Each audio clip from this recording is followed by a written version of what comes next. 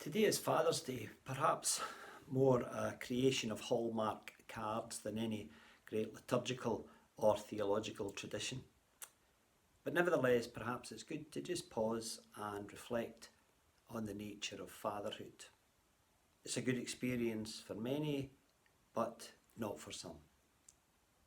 For me, it offers a moment for deep thanksgiving for the gifts that my dad left me and his family. One of those which the family cherishes is his diary of his time as a prisoner of war under the Japanese during World War II. I've certainly shared stories from it in the past, but I thought today it seemed to have particular relevance. Next week in our churches we will be sharing communion, a form of communion during our Zoom services. Some, including myself, wondered initially if that was appropriate. How could you do that?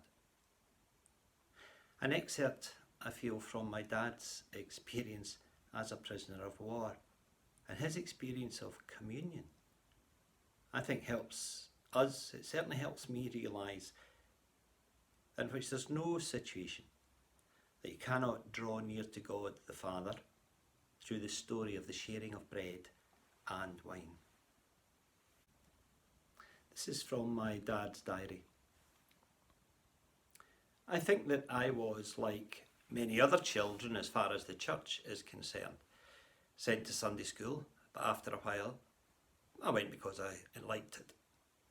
Progressed through Bible class to then church membership. I joined the church simply because the minister said it was about time I joined.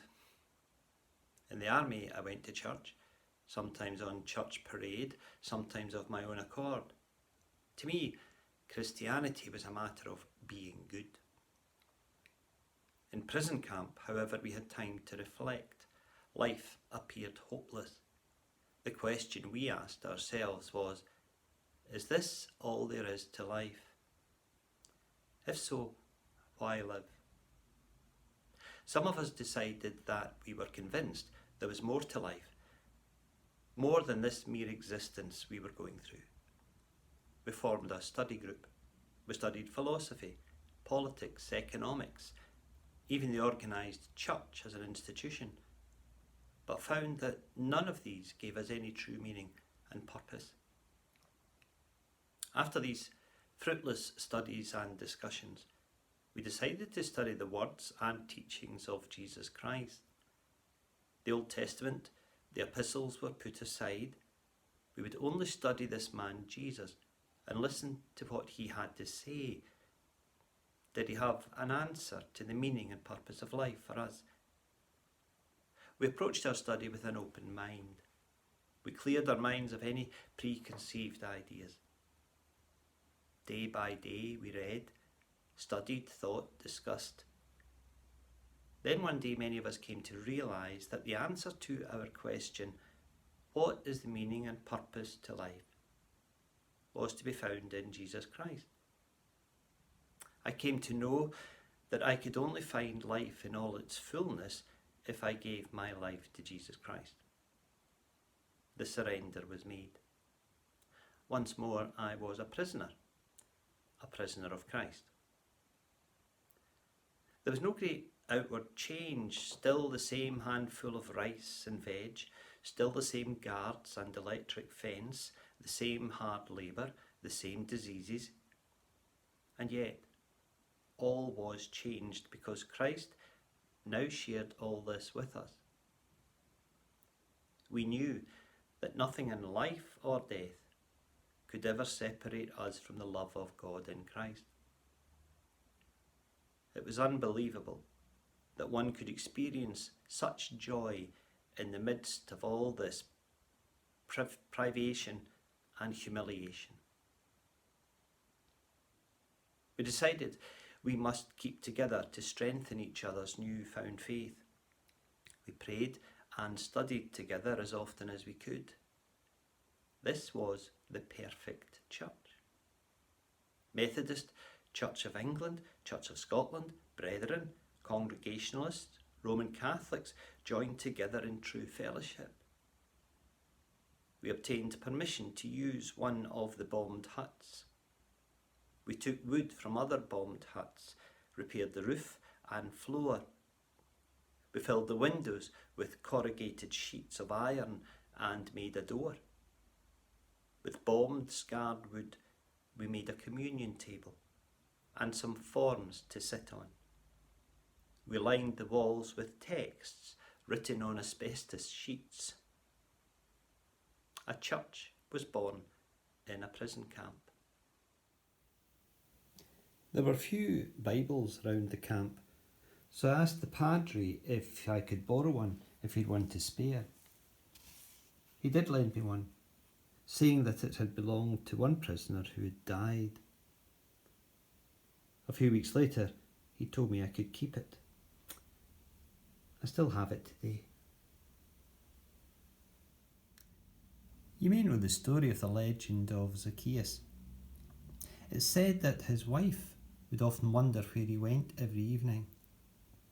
One evening she followed him, discovered he made his way to the tree where he first met Jesus. Arriving there, he sat down and looked at the tree. Now she realised why, when he returned home, he had a sense of peace and joy. That little church at Sham-Shapot means more to me than any great cathedral. But unlike Zacchaeus, I can only ever return there in my imagination. The most wonderful and meaningful communion I have ever shared was in that camp church. No choir, no organ, no vestments, no candles, none of the trappings which seem to glorify man more than God. There stood that little table built out of bomb-scarred wood. No linen tablecloth, a bean tin for a chalice, bread made out of rice, water for wine. The bread was made from ground rice, mixed with water, flattened and then baked by placing a hot iron on it. We read Paul's institution of the Lord's Supper. Someone would take the bread and pass it around. Another would pass round the tin of water. Here was the body and blood of Christ. Here was true Christian fellowship. Christ was present at his feast. We knew he was there. We could feel his presence. If I never again partake of communion, it would not matter. The memory and joy of that communion will remain forever. It was in that prison camp I found that if I was going to live life as it ought to be lived, in all its fullness, then I must live it by trusting God with my life. I must live by faith. The great example of trust is that glorious game that all fathers play with their little sons. You stand a little chap on a table. You take a few steps backwards. You hold out your arms and say, "Jump." The little chap, with a cry of joy, takes a leap into the air and right into his father's arms. Here is real trust. The little chap knows his father will catch him. He doesn't doubt it. His father will not let him fall to the floor and hurt himself.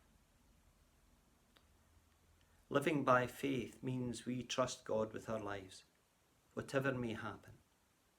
He will not let us down. I would ask you to take God at his word. Faith means taking God at his word. It means taking all the great promises of God and saying, I believe them to be true and I claim them for myself. But always remember that faith is the road that leads to love.